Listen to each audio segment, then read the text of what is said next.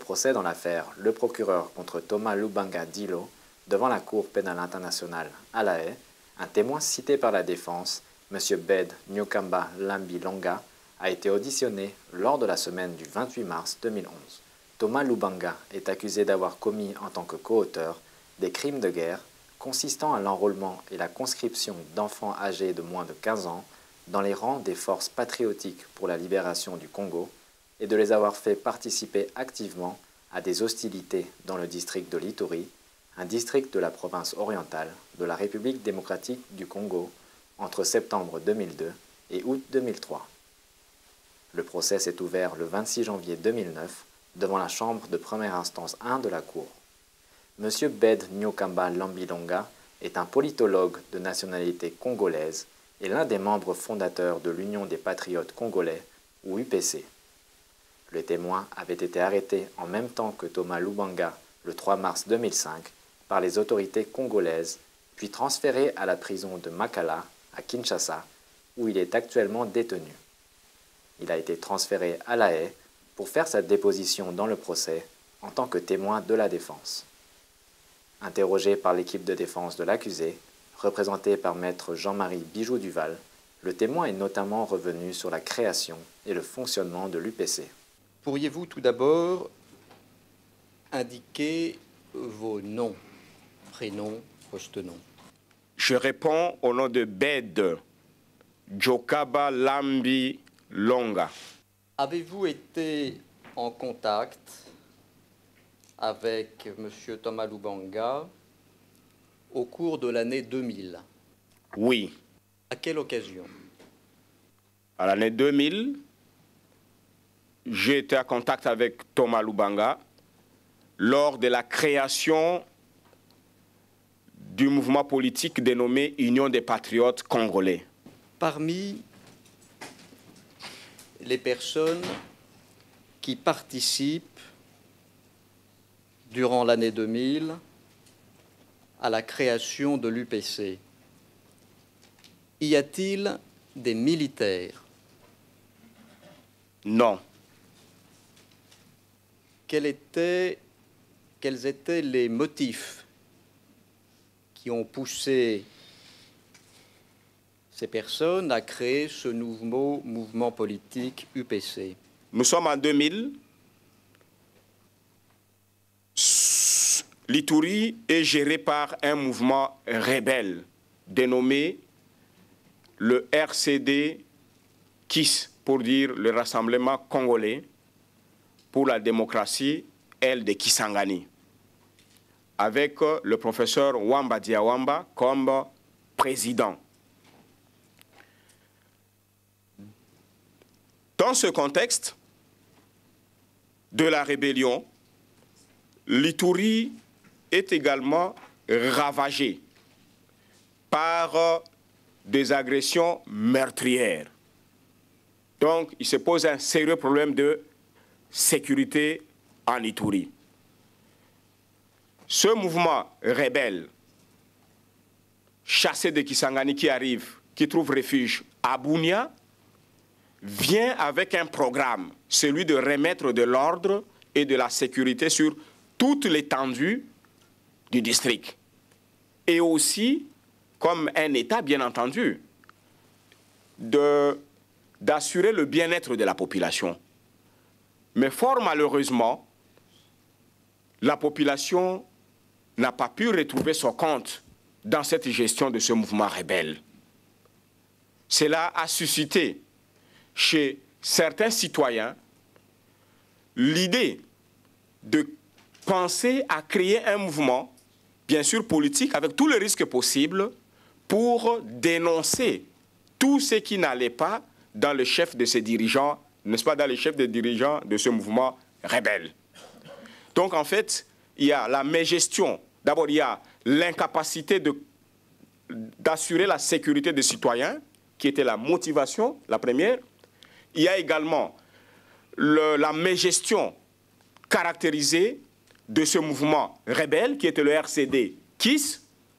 Et à travers cette mégestion, les citoyens abandonnés à leur triste sort, tout cet état de choses a fait qu'il y ait de courageux qui disent que non, on ne doit pas continuer sur cette lancée, on doit s'organiser et pour mettre à nu ce qui ne va pas, et pour cela, créons un mouvement politique qui, en fait, n'était qu'un mouvement d'opposition. Le témoin a par ailleurs fait état de mutineries qui auraient été formées en Ituri au cours de différentes attaques. Vous avez indiqué qu'il y avait eu un accroissement significatif du nombre des mutins.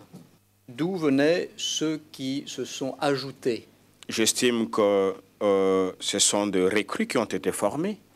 Selon votre connaissance, qui organisait ces recrutements? Selon ma connaissance, ce sont les figures de proue que j'ai eu à citer.